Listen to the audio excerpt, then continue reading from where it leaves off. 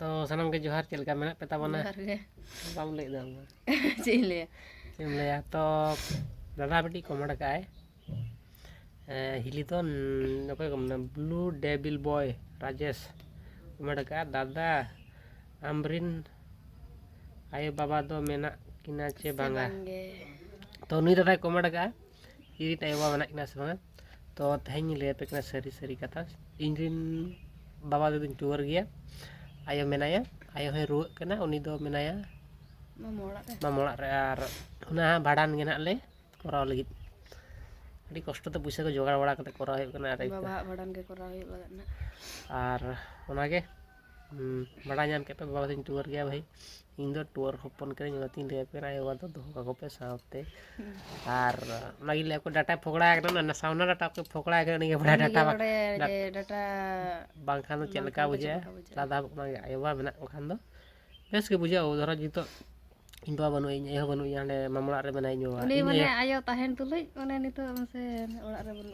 बनु S नि रु कने ने बाले बेस दड़ाय कना माने बंगा बुरु रे कता इया के रुवे ने उनका बाय बेस तो ठीक है ना पे बड़ाई के इन टूर गया बाते आर हलो कमेंट का ड्रिल मैनुअल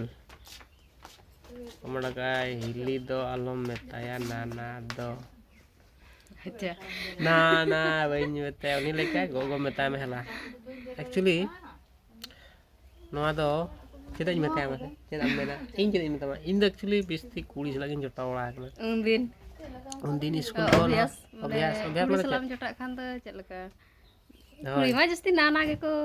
रोपड़ा से आ माने एलिन जेदा जेदा नाñ मेताया मासे माने फील आले फिल्म मा ओको सली रोपड़ा कना माने जोटा धारा लेका अलिन दली रोपड़ा हला ए सदा खन पे उनका गए जोटा इन उनका के ना कते गिन मेता है आर जदी आपे कुसिया कान खान दो ठीक गया बदल हुआ ठीक गया एक्चुअली न तो ना तो बांग मेरना कथा चला कथा जे अदो आला दो सदा खन ला परके कना इन अदो एटा गिन बुझेवा माने उनका अभ्यास कने से ना लागे जहाना के ना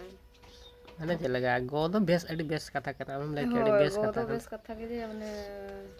आर इन ले आउन ओना के तो ठीक गया तबे जदी नोरे गो जदी हेजना 100 टिकन कमेंट गो होया यस पेला आर ना खाना नो पोला हला तबे खाना बदल हुई आपे खातिर ओ होय आपे खातिर बदल हुई अली माने ओके के जाना के हला ना तो बेस कथा तो माने जोटा ऐसे मुंगन रोपड़ा जब जब फ्रेंड लेका आउ तो ठीक गया वीडियो चलका पे कुछ ना लाइक कमेंट तो उन पे हला मा